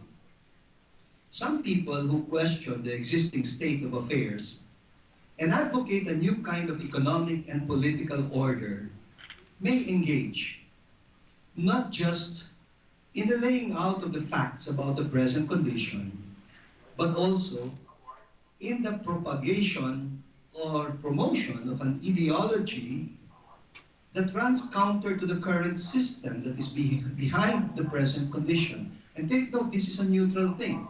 The word that is used is propaganda. But propaganda is a neutral thing. It's not necessarily negative. So this is what we commonly call propaganda. And take note that even the church is running a Vatican Curia named Propaganda Fidei, the propagation of the faith. Propaganda pala just means propagation, promotion. And don't we all promote ideas? Sometimes it happens that some people, however, get so obsessed with an ideology, and that happens very often to the so-called fundamentalists, which is, according to a scholar named James Barr, more of a psychological condition.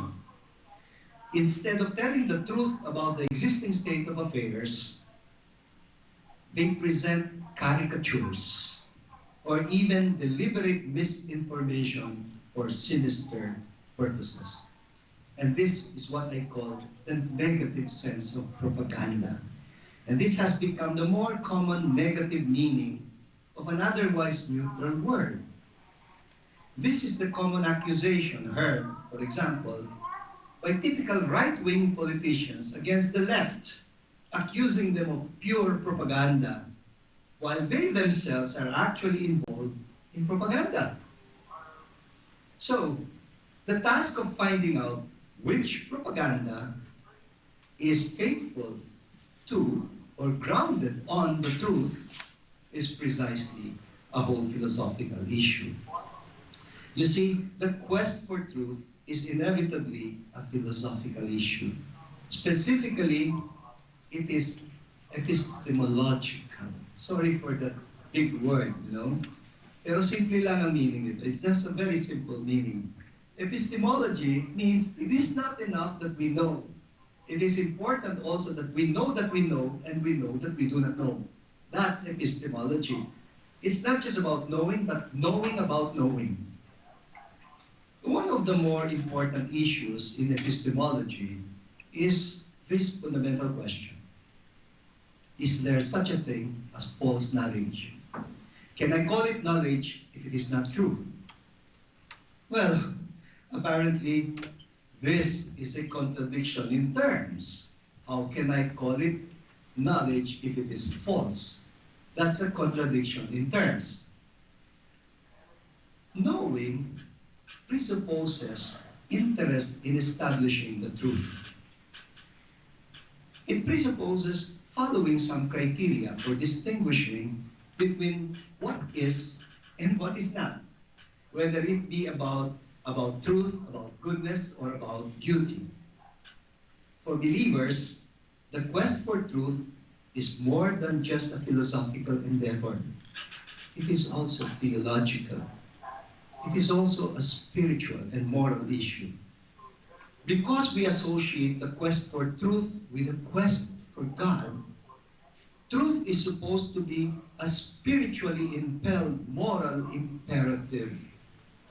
That is why, when it comes to truth, we love to quote Jesus, who said in John 14, verse 6, I am the way, the truth, and the life.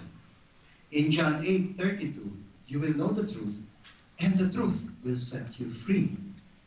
In John 4:23, Jesus, talking to the Samaritan woman, said, the time is coming, and has indeed come, when people will no longer worship God in this or that mountain, but in spirit and in truth. And in John 18:37-38, remember that conversation with Pontius Pilate? Jesus said, I came to testify to the truth. And Pilate reacted, and he said, what is the truth? Wow, this suddenly reminds me of the interview with Jane Bondin, the character played by Sandra Bullock in that film that I just spoke to you about a while ago. Well, truthfulness is a presumed value in the Judeo-Christian faith. That is why one of the 10 commandments, which is commandment number 8, is, thou shalt not bear false witness against thy neighbor. In plain language, thou shalt not tell a lie. It's a sin to tell a lie in Christian tradition. I wonder if in the present circumstances, some people still really believe that it is a sin to tell a lie. And we always portray the evil one in the scriptural narratives as the purveyor of falsehood. In fact, Satan is typically caricatured as the prince of lies in Christian tradition. The prince of lies. Yesterday was Easter Sunday, and on the occasion of Easter Sunday, Christians usually renew their baptismal vows. And take note that the first of these vows is the question, do you renounce evil? How can you even claim to be a believer in the Trinitarian God who is a creator, a redeemer, and a sustainer if you have not, first of all, renounced evil? In the scriptures, the purveyors of disinformation are often portrayed as instruments of the evil one. For example, the snake character in Genesis chapter 3, who twists a little bit of truth and leads Adam and Eve to an outright lie. He begins with a little question, is it true that God does not allow you to enjoy of the fruits of any of the trees in this garden? And obviously it was a lie. That is why Eve objected and said that is not true. As a matter of fact, we're allowed to eat of any of the fruits here except of the tree of knowledge of good and bad. And then he would lead, them precisely to their fall and says, why so? If you eat of that fruit, you shall be like God, knowing good and evil. You'll be powerful, you'll be God already, so what do you need God for, Or the character of Cain in Genesis chapter 4. Remember, he's also lying when God asks him, where is your brother? He murdered his own brother. And here is his reaction. He gives God a cold shoulder and he says, why are you looking for my brother from me? Am I my brother's keeper? And we also have the wicked accusers of Susanna, who gave a false testimony that Susanna was an adulterer, which was not true. It was the exact opposite. It was because they were interested to have sexual relations with her, and she had objected. And the detractors of Jesus and their false testimonies against him before Pontius Pilate. Listen to the charges raised against Jesus. We found this man misleading our people. He opposes the payment of taxes to Caesar and maintains that he is the Messiah, a king. There's no basis for these charges. They are false charges. And so Pontius Pilate said to Jesus, oh, you are a king. And Jesus answered, you're the one saying so. For this I was born, and for this I came into the world to testify to the truth. That's who I am. Someone who is always on the side of the truth. Everyone who belongs to the truth listens to my voice, he says. And Pilate said to him, again, the popular question, what is the truth? Well, if you remember, I mentioned a while ago about Lonergan's definition of the truth as a cognitive fidelity. The cognitive fidelity of knowing to being. And it is important to note that the act of knowing itself involves the dynamics of experiencing, understanding, and judging.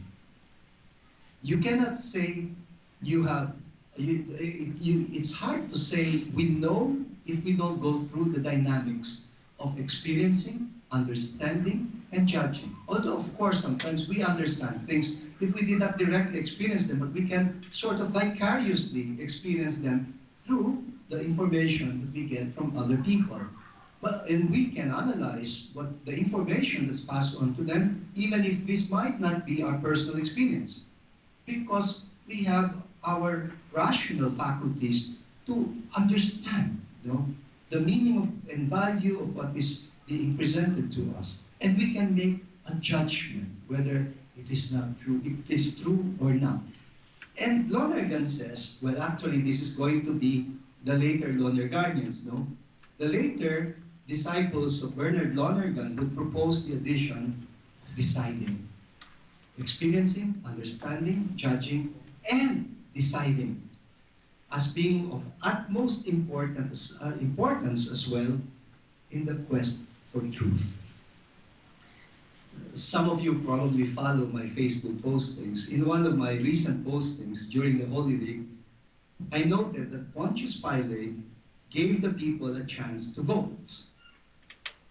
Which of the two prisoners deserved to be released for the Passover festival?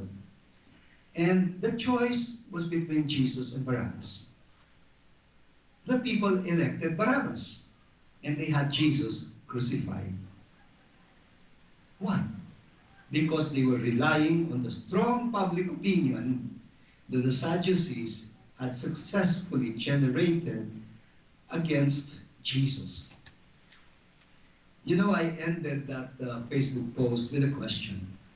Will your vote this coming May be for Jesus or for Barabbas? Well, I think I can say it can only be for Jesus if the truth still matters to the one who is voting. informed by the dynamics of knowing the truth, through the dynamics of experiencing, understanding, judging, and actually making a stand, making a decision in favor of the truth. You know, a while ago, in my dialogue with Patricia, I told her that I jotted down some of my own personal concerns about the communitarian quest for truth as one of the important expressions of democracy. Truth, for me, is a participatory endeavor. Nobody has a monopoly of it, not even the Pope, whom we claim to be infallible as Catholics, you know. We claim him to be infallible in matters of faith and morals. But even the Pope anchors his teachings on synodal consultations. So you see, if we're interested in the truth, in our present circumstances in the Philippines, it should matter a lot, you know, that someone's claim of the truth is challenged sincerely, not maliciously, by another person, so that we can make sure that what is peddled as truth is not plain propaganda or worse, character assassination. It matters a lot that we know what the truth is when families of victims claim that their loved one did not fight back, hindi nanlaban, and did not have a gun or shabu in his possession. It matters a lot that the veracity of a police report is properly established, especially when it is contested as a false testimony and has caused the loss of lives. You know, I have encountered quite a lot of journalists who've done, you know, a careful critique of some police reports, and they laugh that in many instances they are templates. Sometimes they didn't even succeed in changing the names. This is a disservice to truth and democracy, especially when authorities immediately dismiss these as false allegations instead of promising to conduct an impartial investigation. Usually that is the least that we would expect from people in authority, to say, we will conduct a partial investigation. It matters a lot that we protect the witnesses or the truth sayers, especially when it is the police authorities themselves who are accused. It matters that when families claim that their loved ones have been illegally arrested, especially in circumstances where the police may have simply barged in without warrant, that what happened was not an invitation, but an assault. Let's call a spade a spade. When families claim that their little children have not been rescued, but arrested, it matters that we know the real statistics. For example, about drug use. It matters that we know if they're just being bloated deliberately, that they're not in accordance anymore with reality. It matters that allegations are proven, that people are presumed innocent before they are proven guilty, that people are not publicly vilified without a factual basis, that the legal system, the judiciary, works independently, imperfect as it may be.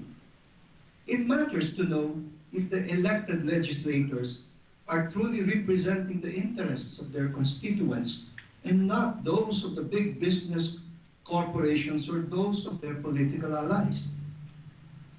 Social communication and information dissemination has indeed been democratized by the social media. It has also been perverted by it. The mainstream media, at least, are expected to go by some rules. Of course, they don't always follow them themselves. Expected to go by some rules or to abide by some ethical standards and principles. There are no such rules in social media. You would expect that someone who is disseminating false information should be delisted, but no such thing is happening. Well, I am glad that Facebook as a company is now beginning to wake up to the need for such monitoring and control. The capacity to distinguish between truth and falsehood, between real and fake news, is now being left to the critical faculties of the social media users, who come from different levels of education, different walks of life, and various religious affiliations. And so you see why I insist that truth is not just a political issue. It is above all a moral and spiritual issue. Moral principles may find their basis in faith and religion, but are not always necessarily anchored in them.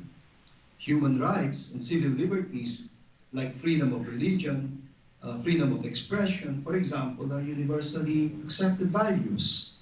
They are shared not just by believers, but by most non-believers as well.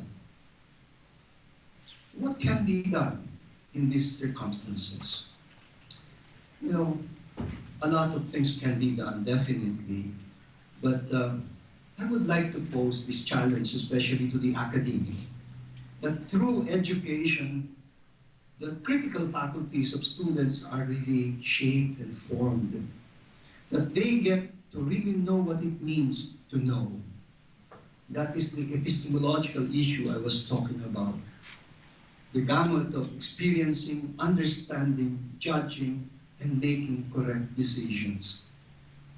Secondly, that through proper legislation, the social media are monitored along specific standards and criteria for truthfulness. And lastly, the truth tellers be given due protection by independent agencies, especially when abuses are committed by those in power and authority. Thank you.